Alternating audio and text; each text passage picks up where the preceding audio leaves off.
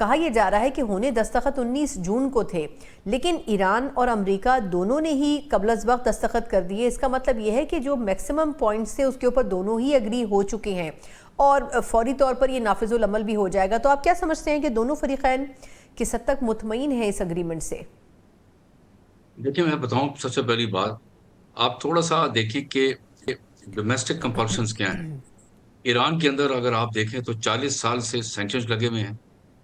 40 साल से ये लोग जो वहां पर ईरान के हैं, बड़े, आपको पता है, तालीम याफ्ता लोग हैं। 92% उनकी लिटरेसी रेट है। साइंस है, एजुकेशन है, हर जगह पर उनकी वो बहुत आगे निकल चुके हैं। लेकिन ना वो बाहर जा सकते हैं, ना वो अपना अकाउंट खोल सकते हैं, ना वो बिजनेस कर सकते हैं। तो ये उनके लिए बड़ा जुल्म है। और इनका जो पैसे इन्होंने बाहर रखे हुए थे, गवर्नमेंट ने इन गल्फ कंट्रीज में रखे हुए थे, वो फ्रीज हुए में। अभी देखें तो यूएई ने कोई $2 बिलियन इनको दे दिए अ, ईरान को, जो उनके अपने थे, जो सैंक्शंस की वजह से फ्रीज हुए हुए थे। तो जो अंदर डोमेस्टिक जो लोग हैं, ईरानी लोग हैं, वो अपनी गवर्नमेंट के साथ यहाँ तक तो हैं कि जी ये जंग है ये, लेकिन लेकिन वो चाहते हैं कि जी ये जंग बंद हो। और हमारी गवर्नमेंट जो जो ईरान ने जो कुछ प्रूव करना था वो प्रूव कर दिया। जो देखे ना, कॉन्फ्लिक्ट हुआ अमेरिका के साथ भी और इसराइल के साथ भी, उसमें प्रूव कर दिया कि जी आप ईरान को धमका के, डरा के, और फिर जो जो कॉन्फ्लिक्ट में जीत नहीं सके। तो उनकी अब कौम कहती है जी इनफ इज इनफ। आपको याद होगा प्रेसिडेंट ट्रंप ने इसराइल को भी कहा था कि इनफ इज इनफ। अब आप अमेरिका की तरफ आ जाए, वहां पर भी जो डोमेस्टिक प्रेशर है, वो वहां पर लोगों की जो पेंशन हैं, हेल्थ केयर है, वो चीजें, और इन्फ्लेशन है, ये है प्रायोरिटीज अमेरिकन कॉम की। मैं अभी भी सीएनएन देख रहा था जी। कि गैस के प्राइस ऊपर गई, नीचे गई है। नहीं, लेकिन तो वहां पर कियानी साहब बात तो आप जी, बिल्कुल दुरुस्त कह रहे हैं, लेकिन सर ये जो अभी इनिशियली कुछ पॉइंट्स सर्कुलेट कर रहे हैं, क्योंकि ये ईरान ने कमिटमेंट किया था कि जी आप जब तक दस्तखत ना हो मुआहिदा बाहर नहीं आना चाहिए। तो इसमें जो जौहरी प्रोग्राम महदूद करने की बात है वो तो कहीं उसका जिक्र नहीं है। और उनके जो तर्जुमान हैं उनकी वजारत ख़ारजा की ईरान की, वो भी यही कह रहे हैं कि हम जौहरी प्रोग्राम को कहीं और शिफ्ट नहीं करेंगे, जौहरी मवाद को कम कर सकते हैं लेकिन कहीं और शिफ्ट नहीं करेंगे। तो आपके ख्याल में तो अमेरिका की तो अव्वलीन डिमांड्स में से यही बात थी, इस पर कैसे अमेरिका पीछे हट सकता है? कि मैं आपको बताऊं, अभी इसराइल की मैं खबरें देख रहा था सीएनएन पे। वहां पर बड़ी, क्योंकि इलेक्शंस होने वाली हैं इसराइल के अंदर, तो वहां पर जो अपोजिशन है वो इसका फायदा उठा रही है। वो तो कहती है जी ये, और वो कहती है कि अच्छा ये जो ये वैसे भी ये हमारे खिलाफ जा रहा है, ये जो जो एग्रीमेंट है। और स्पेशली इसके अंदर अगर लेबनान का जिक्र है, फिर तो हमारे बिल्कुल ही खिलाफ है, जो हमने हिजबुल्लाह को मारना है। इस पर अमेरिका के अंदर कंसेंसस अभी है कि वो लेबनान पर हमला ना करे। ठीक है जी।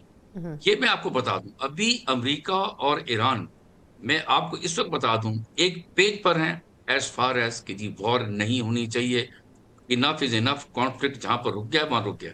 अब आप देखें कि इसके अंदर पाकिस्तान का अब जो ये एग्रीमेंट हुई है ना, आप कह रहे हैं कि जी ये पहले कर दिया। ये naturally speaking behind the scene जितनी डिप्लोमेसी में काम होता है, पाकिस्तान ने किया है, पब्लिक नहीं किया जाता। ये दोनों के एग्रीमेंट से ही अपनी पब्लिक हुई ये चीजें। ईरान तो आपको पता होना चाहिए, खुमैनी के वक्त में इन्होंने कहा था कि जी हम एटम बम नहीं बनाना चाहते। लेकिन देखें, याद रखें कि डोमेस्टिक प्रेशर भी तो है ना, वो भी तो लोग नहीं चाहते कि बिल्कुल क्या नाम, घुटने टेक दें, वो कहें जी कि हाँ जी अमेरिका ने कहा कि हमें दे दें, ये कर दें। जो सिविलियन यूज है न्यूक्लियर एनर्जी की, उसमें मेडिकल भी है, ये पावर का भी है। देखें ना, वो प्रेसिडेंट ट्रम्प कहते हैं आपको क्या जरूरत है न्यूक्लियर उसकी बनाने की, जबकि आपके पास ऑयल है। नहीं, यू लेकिन कांट, देखें। सर पैसों की तो ज़रूरत है ना। ये जो 300 अरब डॉलर की पहले बात हुई, पहले तो अमेरिका ने रद्द कर दिया, लेकिन अब तो वो कह रहे हैं कि आप अगर सही तरीके से हमारे साथ चले तो फिर ये 300 अरब डॉलर की भी जो है आगे चलकर कहीं ना कहीं हम इसमें मदद कर सकते हैं। तो अब ये क्या समझा जाए कि अगर इतनी बड़ी रकम मिल जाती है ईरान को, तो फिर आप अगले 5-10 साल में फिर ईरान को कहाँ देख रहे हैं? ईरान कोई, देखिए कहते हैं ना, ये कोई वो इस किस्म का मुल्क नहीं जिसको आप पुश करें। ठीक है, अमेरिका ने, इसराइल ने पूरी कोशिश की, गल्फ कंट्रीज भी शामिल थी। ये प्रूव हुआ कि जी Iran cannot be pushed around. ठीक है जी। लेकिन एक साथ वो भी है कि वो भी कोई नहीं चाहता कि जी सारी उम्र के लिए जंग जारी रखे। ठीक है। अब जो लीडरशिप आई है, मैं अब समझता हूं कि बहुत क्लेवर है और बहुत आगे सोचने वाली है, अपने कौम के साथ खड़ी हुई है कि जी हम चाहते हैं कि ईरान भी एक कॉमिटी ऑफ नेशंस के अंदर दोबारा वापस आए। सारी उम्र तो जंग कोई नहीं लड़ सकता ना जी। ये तो कोई ठीक है। तो अब अब इन्होंने, और ये जो आपने कहा ना कि एग्रीमेंट जो पब्लिक किया गया है, जी। ये बिल्कुल उनकी अमेरिका और ईरान की हम्म। बिहाइंड द सीन्स पाकिस्तान का जो इम्पोर्टेंट रोल है, ये उनकी कंसेंसस से किया अच्छा, गया। ऐसे नहीं लेकिन हो सकता त्यागी कि साहब, सर बहुत सारी चीज़ें हैं जो हम चाहेंगे कि आपकी तजुर्बे से हम इसका फ़ायदा भी उठाएं। सर, कितना ज़रूरी होगा कि पाकिस्तान ये जो अगले 60 दिन होंगे जिसमें इन्होंने बातचीत करनी है, इस पर भी नज़र रखे, क्योंकि स्पॉयलर्स तो अपनी जगह मौजूद हैं इसराइल का, जैसे आपने हवाला दिया, तो कहीं पर भी मुज़ाकरात तो डीरेल हो सकते हैं। तो पाकिस्तान के लिए कॉन्स्टेंट अपनी एक इसके ऊपर चेक रखना कितना ज़रूरी होगा? अगर अगर आपने कल का पढ़ा हो कि वजीर खारजा चीन ने हमारे वजीर खारजा को फोन किया, उन्हें कहा कि असल चैलेंज तो अब होगा, ये जो 60 दिन होंगे जिनके अंदर हमें काम करना पड़ेगा। मैं देखें, डिरेल करने के लिए तो जिसे कहते हैं एलिफेंट इन द रूम, तो इसराइल है शुरू से, और बल और भी हैं ममालिक, ये बता दूं आपको, जिनको स्टमक नहीं करता कि जी ईरान सैंक्शन से निकल जाए। मैं बता रहा हूँ आपको, बहुत सारे ममालिक हैं। लेकिन ये जो यूरोपियन कंट्रीज जो चाहती हैं कि जी ये जो बिजनेस करना चाहती है ईरान के साथ, फिर हॉर्मूज को यूज करना चाहती हैं फॉर शिपिंग, उनकी बड़ी जरूरी है, ऑयल है, बहुत सारी चीजें हैं। वो तो चाहते ही नहीं, वो तो डे वन से कहते हैं कि जी हम ये जंग नहीं चाहते, हम चाहते नहीं है। तो वो तो, क्योंकि देखिए वहां पर जो पब्लिक ओपिनियन है उन मुल्कों के अंदर, वो they are democratic elected countries, उनके तो प्रायोरिटीज में है ही नहीं कि जी ईरान के खिलाफ ये कर दे वो कर दे। वो तो कहते हैं जी कि हमें जो है, क्योंकि देखिए इन्फ्लेशन सबसे बड़ा खतरा है डेमोक्रेटिक कंट्रीज के अंदर लोगों को, एक गवर्नमेंट्स को।